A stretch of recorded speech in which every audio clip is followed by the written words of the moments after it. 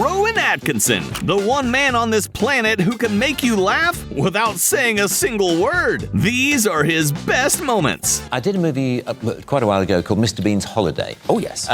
In which Mr. Bean... You're so casual about that. I did a film called Mr. Bean's Holiday. Wow. Well, does he feel like an even bigger knob if he said, oh, well, of course you all know Mr. Bean's Holiday? You know, Yeah, exactly. so it's I'm trying to reduce my knob quotient. Rowan Atkinson's love for cars made him a natural guest for Top Gear, especially during the show's prime. But once he sat down, the conversation still ended up circling back to comedy. You decided that Bob could be a funny word. Right. Now, how do you do that? Well, it just seemed, it was always at the end of the sentence. It was, so how can I help you, Bob? And it just seemed like a funny way of saying it, Bob. Because I was looking at lists of motoring words the other day and wondering if you could just by saying them, make them funny. Just say the word. Airbag. De Dion Bouton. That's a French word, isn't it? Petrol pump. I have to think of all sorts of things to say about a car. Now, I know that if you were a presenter on this show, you could just do it with an expression. Right. So, for example, if you were presented with McLaren F1,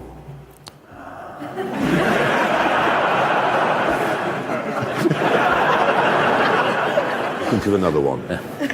The imperiousness one gets from a Range Rover. Ah, right, okay.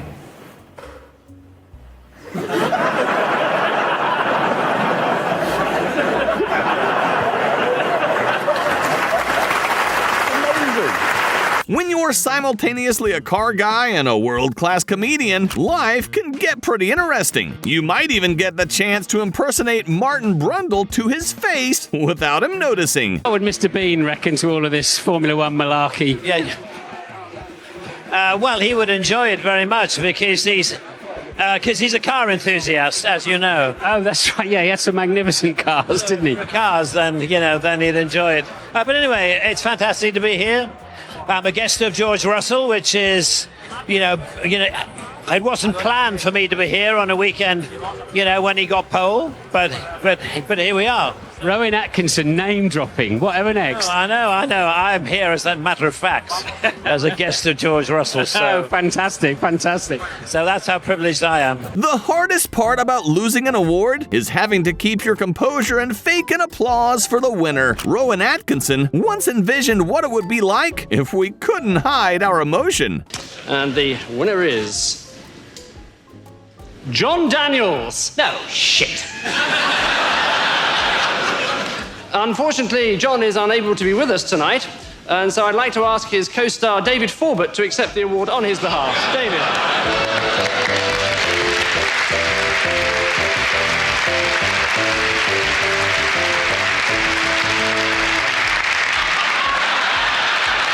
You were both in, I think, is it your favorite Christmas movie of all time? Love Actually. What a gem. What a gem. Yeah. And I was rewatching it last night, and that's a sort of complicated ethically storyline, Oh, yeah. Because you guys resolve the dispute quite easily. Well, do you think? I don't think so. I think that when he gets off that plane, Alan Rickman, God rest him, playing my husband, I think you just don't know. It'll never be the same again. Mm-hmm. That's the thing. But you were in the same scene, weren't you? Yeah, I can't remember. You wrap up the naughty necklace. I wrap, yes, exactly. But I think, you see, this is the problem with not actually watching films you've made. Is trying to remember the story. You were in Selfridges. Yes. Because I was in Selfridges all night with Alan Rickman. We were all there in Selfridges. And Alan Rickman, God bless him, was pretty annoyed about he didn't really want to be up all night, shooting, because we had to shoot during the night because they didn't allow us to shoot during the day. Yeah. So we had to pretend it was in the day. And he was fairly short-tempered. Yeah. Whereas I just did a spot of shopping. You were just shopping. Put a lot of things aside. And shopping. Said, yeah, exactly. Shoplifting.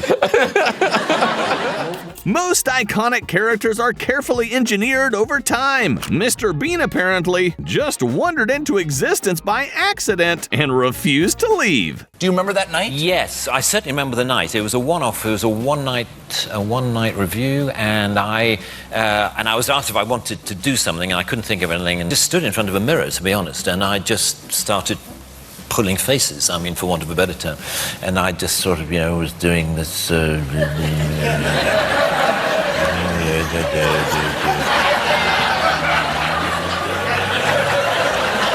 then there was this idea of having a card. Have you got anything that I could...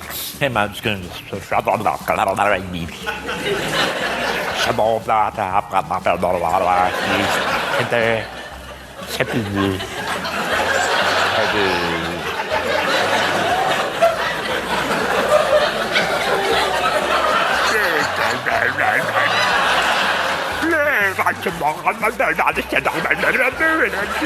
Anyway, it was something like that. When you're performing live for King Charles, most people would expect you to play it safe. Rowan, on the other hand, opened his set as Lucifer himself. I am the devil. Good evening. But you can call me Toby, if you like. We try to keep things informal here, as well as infernal. That's just my little joke. You're all here for eternity, which I hardly need tell you is a heck of a long time. But for now, I'm going to have to divide you up into groups. If that's okay. Can you hear me at the rack? Well, if you'd stop screaming, that would help. Now, murderers. Over here, please. Thank you very much indeed. Looters and pillagers, over here, please. Thieves, if you could join us. And lawyers, you're in that. Come down there. Yes, there's plenty of room. If the hedge fund managers would just move along a tiny bit. There we go. Back in 1983, years before Mr. Bean arrived on television, Rowan Atkinson was already defending himself against the accusation of being a professional face puller. And the problem is that one doesn't like to be labelled a face puller because you feel as though if you have got a face that, that's malleable and can go like that, you can twist about it. That you feel that people are going to assume that you're just, that's all you can do, and if in doubt, go, and someone will laugh. Yeah. I went into a bank to cash a cheque, and I handed over the cheque, and she said, thank you, and she said, oh, Mr. Atkinson, I'm such an admirer of your work. Could you sign this piece of paper for my daughter? So I signed the piece of paper, and I handed it back, and she took it back, she put it on one side, and she looked at my cheque, and she said, now, do you have any means of identification? And you think, well... Serving me the hamburger, I was just taking it, and there was a girl working next to her, and she suddenly turned to the girl next to her, and I was literally 2 feet away, and she said very loudly, is this Rowan Atkinson? And the other girl looked and said, no. I said, oh, didn't think it was. And because all this is happening, this denial that you're who you are is happening so close to you. Yes. It's a very disarming thing. I mean, I think it's people... if people do know you and they come up and they say, I like this that you do or that you do, that's fine and very flattering, provided it doesn't happen too often. But it's the people who shout at you from across the street. It's the, hey, give us a face, Rowan! I love the sort of the insularity of Mr. Bean, this sort of self-centeredness which reflects in the fact that, if I have to get myself into the part, I don't need another person or a situation or a prop in order to create him. You just have to, it's always about him and where he sits in the world. He's got a sort of an invisible shell around him. I did a credit card commercial in New York a few years ago, and it was a story in which I had to play a bungling British secret agent. And there's this beautiful woman gets out of a limo in the middle of New York, and he sees her. And this scene was when I had to look at her as if I'd just fallen in love with her. Right. And the director said, just imagine that you've just seen your wife for the first time. And my wife happened to be on set at the time. And she said, no, that won't work. Tell him to look at her as if she's his new Aston Martin. Oh, well. And then it'll work. Oh, that'll work. And she was right. It inspired me no end. I looked at her like no woman has ever been looked at. Really? Can you give us that look? I'm curious. Yeah.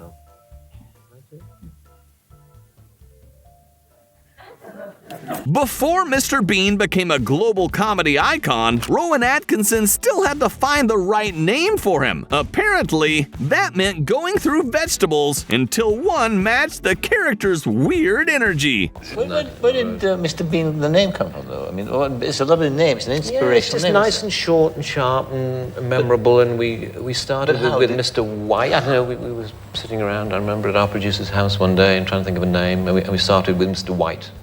I like the idea of the series being named after the character, and he was obviously a Mr. So Mr. White, but that sounded a bit bland. And then we started to think about vegetables and As you do, when looking for a comic attitude. So Mr. Broccoli and Mr. Carrot and Mr. Cabbage and Mr. Bean. It's sort of single syllable and short and sharp and memorable. Exactly. That's what we're looking for, because that's the same with Johnny English, who in the original commercials was known as Richard Latham. But Richard Latham is a name that you will forget, very, very rapidly. But Johnny English is a name that I don't think you will forget. I remember early on in the life of Mr. Bean getting lots of letters from people saying, oh, I'd love to have dinner with Mr. Bean. How hilarious that would be.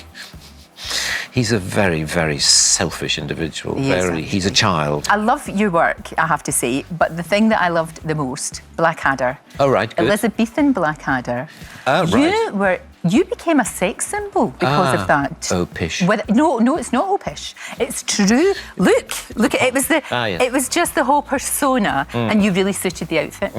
I have to say. Yeah, that costume. Yeah, sadly, I haven't had occasion to wear. In this clip, Rowan Atkinson explains where Mr. Bean came from and why he thinks the character connected with audiences around the world. I was based actually on a holiday in Venice that I had in 1985, quite a long time ago. Wouldn't it be fun? Because I had already started exploring just doing purely visual comedy. I'd explored it on stage, and I was interested in trying to put visual comedy through the character of Mr. Bean on TV. And so that's where it started. Well, the first ones we did were in 1988, 89, and then it sort of grew from there, and now we've got this... Weird, it's like it's got its own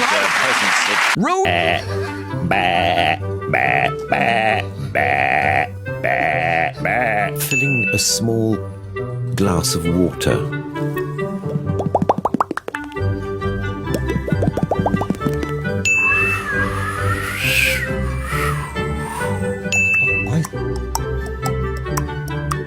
That was really good, thank you. This side or this side?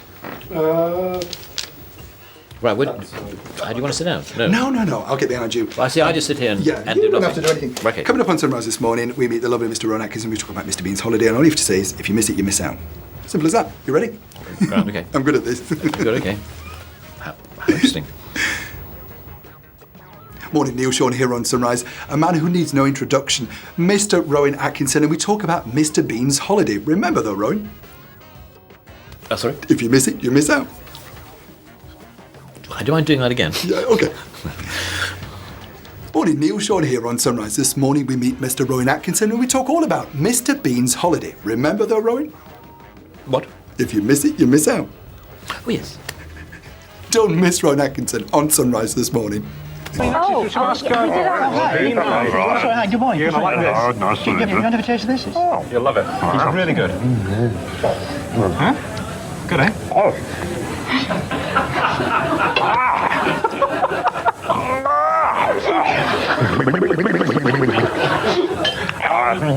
I don't think very nice, Brian. He doesn't like it. I like it, Brian. Sometimes speculate about where I'd be now if I hadn't, decided to take that plunge and write to those agents and take it seriously. And whether I'd be, in some small research laboratory near Swindon doing amateur dramatics every 3 months. And I'm sure I would be enjoying it greatly. Yes, I normally stay till the end as well.